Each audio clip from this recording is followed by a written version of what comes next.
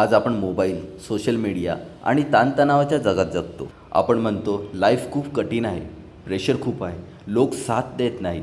पण 400 वर्षांपूर्वी एक असा राजा होता ज्याने शून्यातून साम्राज्य उभं केलं. तो म्हणजे छत्रपती शिवाजी महाराज. त्यांची कथा फक्त इतिहास नाही, ती आजच्या तरुणांसाठी एक जीवनाचा मार्गदर्शक आहे. आज आपण त्यांची कथा ऐकणार नाही, आपण ती आपल्या आयुष्याशी जोडणार आहोत. शिवाजी महाराजांचा जन्म शिवनेरी किल्ला येथे झाला. त्यांची आई जिजाबाई यांनी त्यांना शौर्य, धर्म आणि स्वाभिमान शिकवला. आज आपण मुलांना काय देतो? Mobile, games, social media.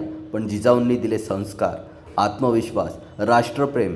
यशाची सुरुवात ही घरातूनच होते. तरुण वयातच त्यांनी रायरेश्वर मंदिर येथे स्वराज्याची शपथ घेतली. त्यांच्याकडे सेना नव्हती, पैसा नव्हता, मोठे राज्य नव्हते, पण स्वप्न होते. आज आपण जिम सुरू करतो, 10 दिवसातच सोडतो. बिझनेस सुरू करतो, अपयश आलं की थांबतो. अभ्यास सुरू करतो, डिस्ट्रॅक्शनमध्ये हरवतो. शिवाजी महाराजांनी शिकवलंय, ध्येय मोठं असेल तर अडथळे लहान वाटतात. बिजापूरचा सरदार अफजल खान शिवाजी महाराजांना फसवण्यासाठी आला प्रतापगडावर. प्रतापगड झालेल्या भेटीत शिवरायांनी धैर्य आणि बुद्धीने विजय मिळवला. आज आपले अफजल खान कोण आहेत? अपयश, आर्थिक समस्या, टॉक्सिक लोक, भीती.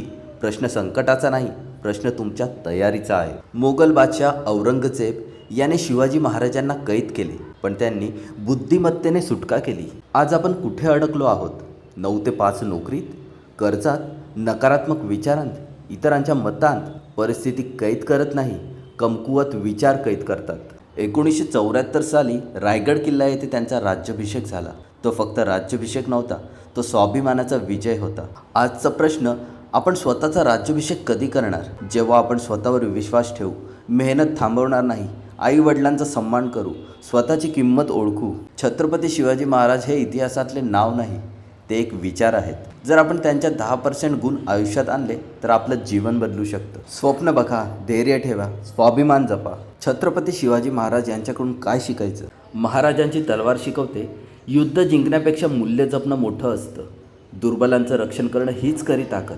आक्रमण नव्हे, प्रतिकार हा धर्म असायला हवा, कारण शिस्त नसलेली ताकद विनाश ठरते. महाराजांचे किल्ले शिकवतात, सुरक्षितता दगडांच्या भिंतीमध्ये नसते, ती विचारांच्या उंचीमध्ये असते. प्रत्येक तटबंदी म्हणजे दूरदृष्टी रेषा, प्रत्येक बुरुज म्हणजे सावधानाची नजर.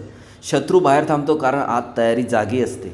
भिंती दगडांच्या असल्या तरी पाया मात्र बुद्धीचा असावा लागतो.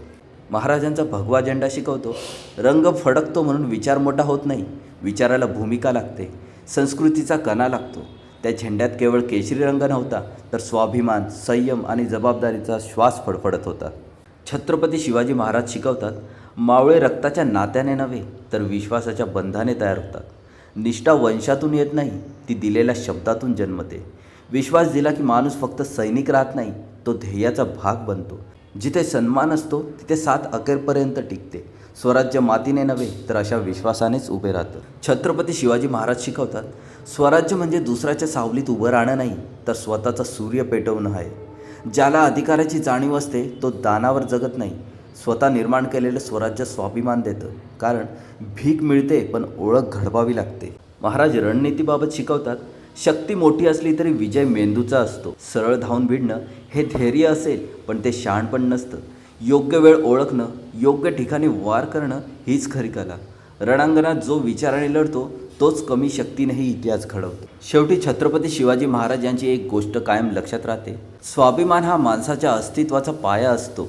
जो स्वतःची किंमत ओळखतो तो कुणाच्या दारात मान झुकवत नाही. पण दगडासारखं कडक राहणं हेही शहाणपण नसतं, कारण कधीकधी थोडं वाकल्यानेच मूल्य वाचतात. हट्टाने तुटणं नव्हे, तर शहाणपणाने उभं राहणं महत्त्वाचं असतं. स्वाभिमान म्हणजे आवाज उंचावणं नाही, तर परिस्थिती बदलली तरी स्वतःची ओळख न गमावणं असतं. जय भवानी, जय शिवाजी.